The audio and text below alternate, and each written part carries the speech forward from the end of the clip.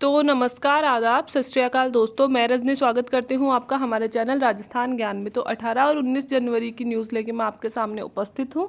तो बिना देरी किए शुरू करते हैं। संभाजी नगर नाम किस शहर को दिए जाने की बात चल रही थी। तो दोस्तों, औरंगाबाद जो शहर है ये महाराष्ट्र का एक शहर है, इसका नाम बदल के संभाजी नगर किए जाने की बात चल रही है। तो बहुत सारे नामों के शहरों के नाम बदले गए हैं इन कुछ सालों में, मतलब नई सरकार आने के बाद में। जैसे इलाहाबाद का नाम बदल के कर दिया गया है प्रयागराज। तो एक मतलब ये बात औरंगाबाद को संभाजी नगर नाम देने की बात तो की गई थी 1 महीने पहले, लेकिन कल के ही एक ट्विटर पे ट्वीट किया गया है जो महाराष्ट्र के सीएम हैं ठाकरे साहब, उनके द्वारा, कि उस्मानाबाद वहाँ का एक और शहर है उसको बदल के धाराशिव उसका नाम कर दिया जाए। और धाराशिव क्या है, उस्मानाबाद में 6वीं शताब्दी की गुफाएं हैं जो जिसमें जैन और बौद्ध धर्मों से संबंधित अवशेष पाए गए हैं। तो उनके नाम पे इस शहर का नाम उस्मानाबाद का नाम धाराशिव करने के लिए उन्होंने ट्वीट किया है। तो दोस्तों, अभी इन दोनों का नाम चेंज नहीं हुआ है। औरंगाबाद का अभी औरंगाबाद ही है और उस्मानाबाद का उस्मानाबाद ही है, बस कुछ बातें आ रही हैं सामने। तो ये प्रश्न आजकल चर्चा में रहता है, इसलिए मैंने यहाँ पे प्रश्न डाल दिया है।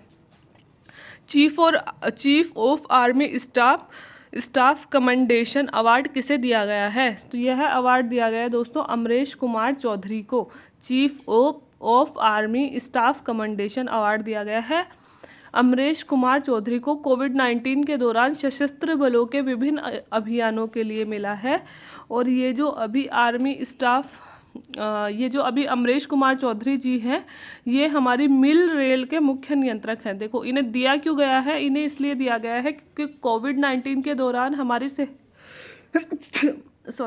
हमारी सेना ने कई तरह के रक्षा अभियान चलाए थे, तो उन्होंने बेहतर प्रबंध किया था अमरेश कुमार चौधरी जी ने, तो इस वजह से दिया गया है। और अमरेश कुमार चौधरी जी हमारी सेना में अभी किस पद पे हैं, तो वो हैं दोस्तों मिल रेल के मुख्य नियंत्रक हैं। अब आप सोच रहे होंगे मिल रेल क्या होती है। मिल रेल दोस्तों रेलवे के सामान्य और युद्ध के समय यातायात के प्रबंधन हेतु उत्तरदायी होती है। मतलब एक विभाग होता है जो रेलवे के रिलेटेड सामानों का आयात निर्यात करता है, तो उसे मिल रेल कहते हैं। तो अमरेश कुमार चौधरी जी को ये अवार्ड दिया गया है। प्रारंभ क्या है, तो ये ऐसे अगर छोटी छोटी स्कीम, कोई प्लेटफॉर्म, ऐप ऐसे लॉन्च जब गवर्नमेंट के द्वारा किए जाते हैं तो वे नाम ही दे दिए जाते हैं। तो ऐसे नाम से समझ में नहीं आता हमें प्रारंभ, ऐसे कोई पूछे तो। लेकिन यह 2 दिन का स्टार्टअप समिट है, जो स्टार्टअप प्रोग्राम चलाया जाता है उससे रिलेटेड एक समिट है, जिसमें बिम्स्टेक देशों के साथ प्रारंभ स्टार्टअप इंडिया अंतर्राष्ट्रीय समिति, यह बिम्स्टेक देशों के साथ, जो हमारे बिम्स्टेक देश है, बिम्स्टेक की फुल फॉर्म है दोस्तों BIMSTEC, bay of Bengal multi sectoral and technical economic corporation, ये बिम्स्टेक की फुल फॉर्म है। और बिम्स्टेक देश जो है वो बंगाल की खाड़ी के सहारे जितने भी देश हैं उन देशों को शामिल किया जाता है, ठीक है। तो ये बिम्स्टेक नाम से एक हमारा जो संगठन बनाया हुआ है, तो उन देशों के लिए ये एक समिट आयोजित किया गया था। स्टार्टअप समिट है, जिसे नाम दिया गया है प्रारंभ, ठीक है। और इसका पूरा नाम है प्रारंभ स्टार्टअप इंडिया अंतर्राष्ट्रीय समिट। और यह कहाँ आयोजित किया गया था, यह नई दिल्ली में आयोजित किया गया था, ठीक है।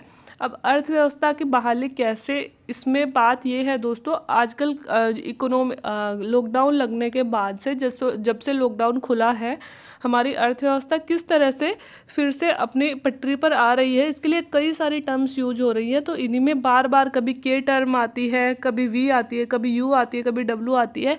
तो क्योंकि इकोनॉमिक्स हमारे हर एक पेपर में होती है, बैंकिंग है ना, तो ये ही टर्म बैंकिंग से रिलेटेड मोस्टली करंट क्वेश्चन ही पूछे जाते हैं, तो ये क्वेश्चन बन सकते हैं, इसलिए मैंने यहाँ पे दी है। तो आज के पेपर में तो आई है कि अर्थव्यवस्था के आकृति में रिकवरी कर रही है ना। अब ये के आकृति होती क्या है, तो ये लिखा गया है के रिकवरी की ओर बढ़ रहा है भारत। के का मतलब है असमान आर्थिक बहाली, मतलब समान विकास नहीं हो पा रहा है, असमान विकास हो रहा है। शीर्ष की ओर दिखाई देने वाला वर्ग की आय सुरक्षित है तथा निचले वर्ग की आय को आर्थिक संकट बना हुआ है। दोस्तों, के ऐसे बनता है, ठीक है।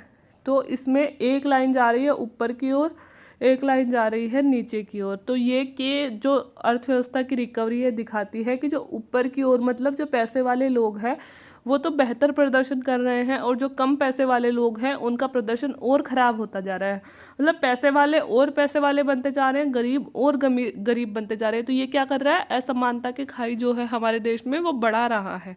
इसलिए के रिकवरी किसका प्रतीक होती है, आर्थिक असमानता को बढ़ावा देती है ना। और हमारे बढ़त वाले सेक्टर कौन से हैं, जैसे आईटी सेक्टर। आईटी सेक्टर मतलब इंफॉर्मेशन एंड टेक्नोलॉजी सेक्टर है।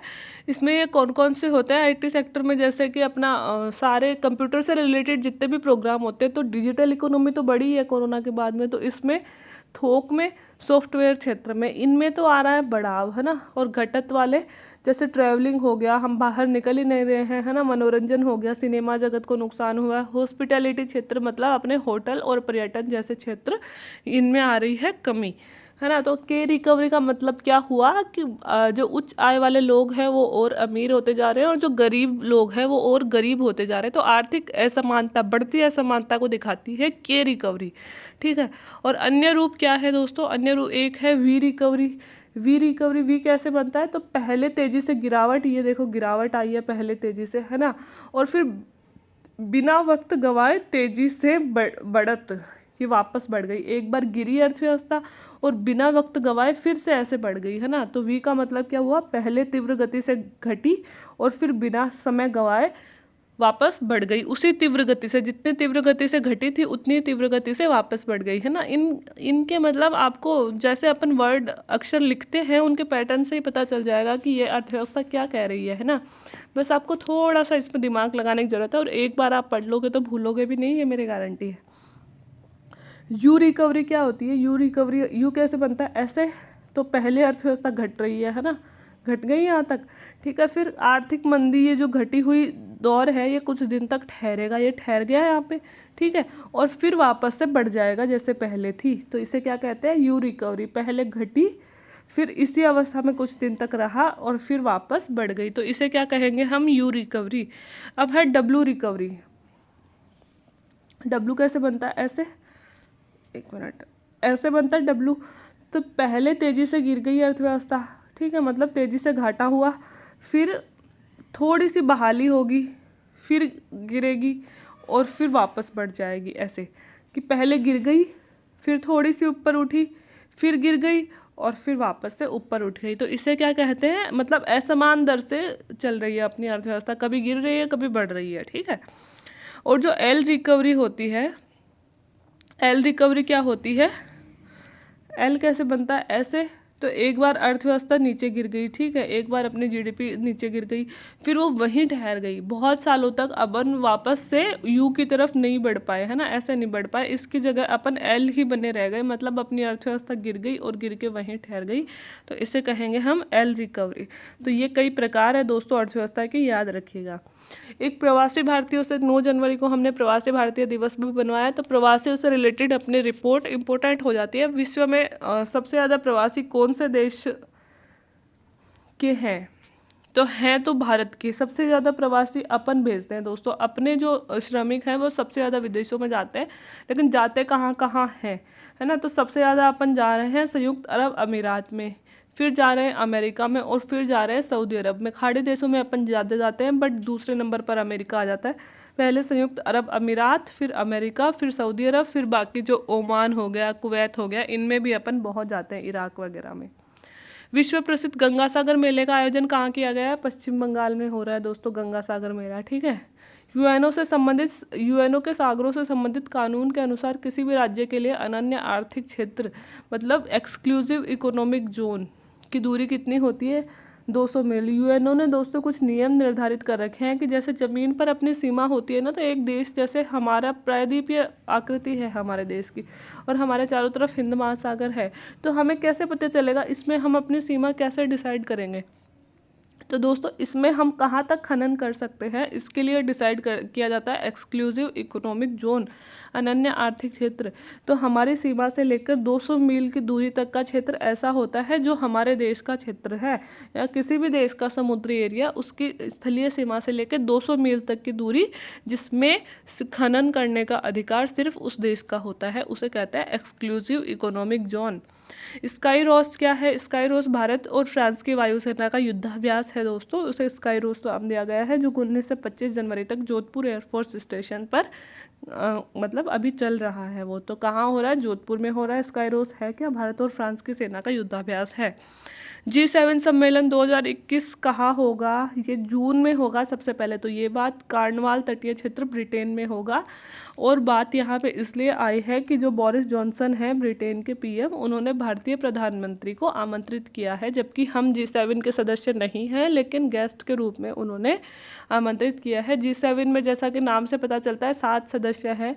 वो कौन कौन से हैं? सारे अमीर अमीर देश हैं दोस्तों। इसमें कनाडा और यूएसए हो गए दो, तो फिर इधर चलते हैं, ब्रिटेन हो गया, फिर हो गया फ्रांस, इटली, जर्मनी, ये तीनों यूरोप के हो गए, और फिर एक इधर वाला जापान हो गया। ठीक है, पश्चिमी क्षेत्र वाला जापान, पूर्वी क्षेत्र वाला एक जापान हो गया। तो सारे ये अमीर देश है इसमें। तो बोरिस जॉनसन साहब ने हमें आमंत्रित किया है कि आइए आप भी भाग लीजिए। अब दोस्तों 19 जनवरी के करंट अफेयर्स और देख लेते हैं। ज़्यादा नहीं थे 19 जनवरी के, इसलिए मैंने इसे में ऐड कर दिए।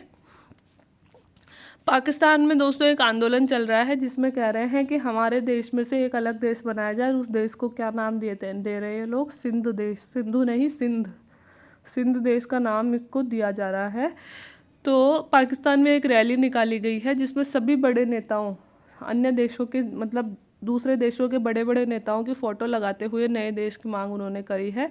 और GM सैयदी, ये यहाँ के नेता थे, उनकी 170वीं बर्थ एनिवर्सरी पर यह रैली निकाली गई। इतना आपको याद नहीं रखना है, बस इतना सा याद रखना है कि सिंध देश की मांग कहाँ चल रही है? पाकिस्तान में चल रही है। ठीक है, तो बड़े बड़े देशों की जो फ़ोटो लगाया, उनमें अपने प्रधानमंत्री नरेंद्र मोदी जी की भी फ़ोटो थी। एक्चुअली ये डिमांड कर रहे हैं कि जो भी बड़े नेता हैं, लोकतंत्र के समर्थक हैं, वो हमें प्लीज़ आज़ाद करवाइए पाकिस्तान से और अलग देश बनाने में हमारी मदद कीजिए। ये कह रहे हैं कि सिंध जो देश है, सिंध जो क्षेत्र है पाकिस्तान का, वहाँ पे खूब सारे संसाधन हैं।